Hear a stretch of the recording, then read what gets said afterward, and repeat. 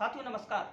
देव news में आपका स्वागत है। आइए जब बात कर रहे हैं झांसी की। झांसी के अंदर हमारे बीच में निवर्तमान जिलाध्यक्ष प्रदीप सरागू जी मौजूद हैं। आइए जानते हैं कि प्रदेश के अंदर चल रहा किसान आंदोलन को लेकर अभी तक रोकथाम नजर नहीं आ रहा है।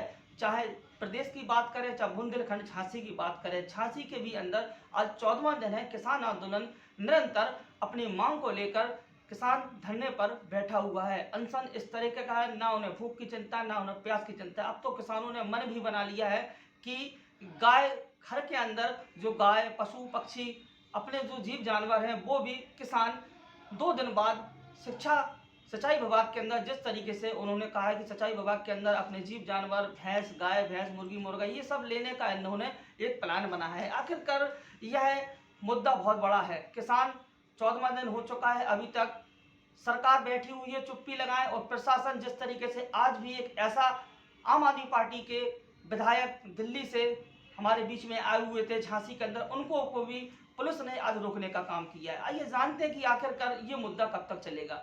आखिरकार आने वाला 2022 भी है कि आखिरकार कितना किसको फर्क पड़ेगा, आखिरकार कौन सी यह दावेदारी के रूप में आगे तैयारी करेगा। हमारे बीच में प्रदीप सरागू जी, निवर्तमान जिलाध्यक्ष जी। जी नमस्कार।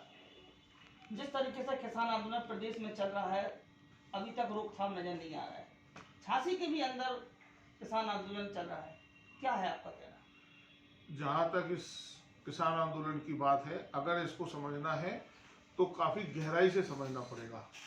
सन 2014 से पहले इस देश के अंदर जो भी तत्कालीन सरकारें रहीं, उसमें जो राष्ट्र विरोधी शक्तियाँ थीं, जिनको विदेशों से फंडिंग होती थी, एनजीओ के नाम पर देश को तोड़ने का षड्यंत्र रचने का काम करते थे, उनको कभी उम्मीद नहीं थी कि एक राष्ट्रवादी पार्टी भारतीय जनता पार्टी की भी केंद्र में सरकार बनेगी और उसमें भी एक नरेंद्र मोदी जो प्रधानमंत्री होंगे, इनको दुनिया से इतना बड़ा समर्थन प्राप्त होगा।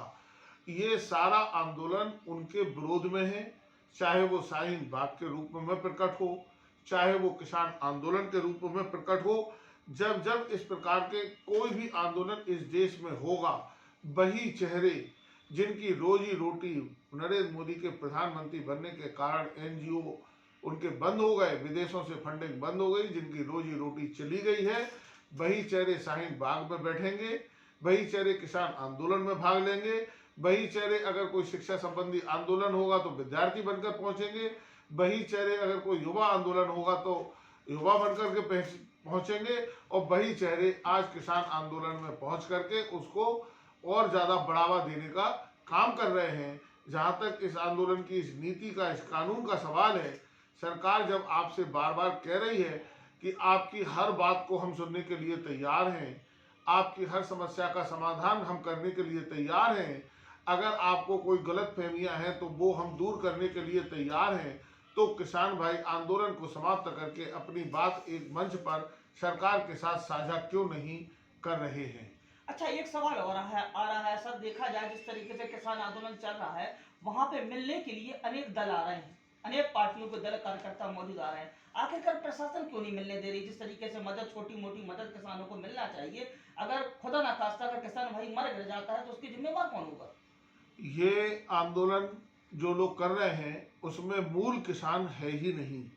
जो किसानों के व्यापारी हो गए थे, बड़े बड़े व्यापारी, वो इस आंदोलन को हवा देने का काम कर रहे हैं कि कहीं ना कहीं थोड़ा बहुत उनके ऊपर इस कानून का प्रभाव पड़ रहा है, वो भी दूरगामी नहीं पड़ेगा। और वो सारी शक्तियां जो सरकार का विरोध करना उनका उद्देश्य है। अभी तक 60 साल में जिन्होंने किसानों की सुध नहीं ली, वो आज इतने बड़े किसान के हित चिंतक कैसे हो गए? हमारे प्रधानमंत्री ने तो जिस दिन शपथ ली उसी दिन से हम कहते चले आ रहे हैं कि हम किसानों की आय को दोगुना करना चाहते हैं, कृषि नीति अलग से कानून बनाना चाहते हैं, किसानों की स्थिति सुधरे, किसानों को लोन लेने की आवश्यकता ना पड़े, उनको बीज खाद उपलब्ध हो, नहरें उनको जो किसानी के लिए, खेती किसानी के लिए साधन चाहिए, सरकार पूरी ताकत लगा करके उनको बढ़ावा देने का काम कर रही है। दिन रात प्रधानमंत्री जो प्रधानमंत्री किसानों की चिंता किए जा रहा हो, आज उसके विरोध में आंदोलन करने की आवश्यकता क्या? और वो लोग आंदोलन कर रहे हैं जिन्हें इस देश के अंदर आज किसानों की इतनी बुरी स्थिति है, किसान आत्महत्या को मजबूर है, किसान कर्ज में डूबा हुआ है, हर वर्ष किसान को कर्ज लेकर के अपनी खेती खेती किसानी करनी पड़ती है, इसका जिम्मेदार कौन है?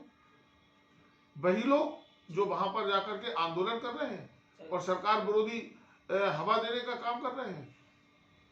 मतलब आपका कहना है कि रोटी सेक रहे हैं राजनीतिक जो आ रहे हैं? सिर्फ ये राजनीतिक आंदोलन है, इसके पीछे के उद्देश्य किसानों के हित कतई नहीं है। कृषि नीति के कृषि कानून से उन्हें कोई लेना देना नहीं। उन्हें तो सरकार का विरोध करने का जहां जहां जिस रूप में भी मौका मिलेगा, ये वो राष्ट्र विरोधी शक्तियां हैं जो कभी साहित्यकार बन करके, कभी लेखक बन करके पुरस्कारों के नाम पर विदेशों से फंडिंग होती थी, एनजीओ से फंडिंग होती थी, आज उनकी रोजी रोटी उनकी बंद हो गई है। इसलिए वो सरकार विरोधी हर गतिविधि में शामिल होकर के उसको हवा देने का काम करते हैं और आगे भी करते रहेंगे। मैं तो कहूँगा कि सरकार को इनके आगे झुकने की कतई आवश्यकता नहीं।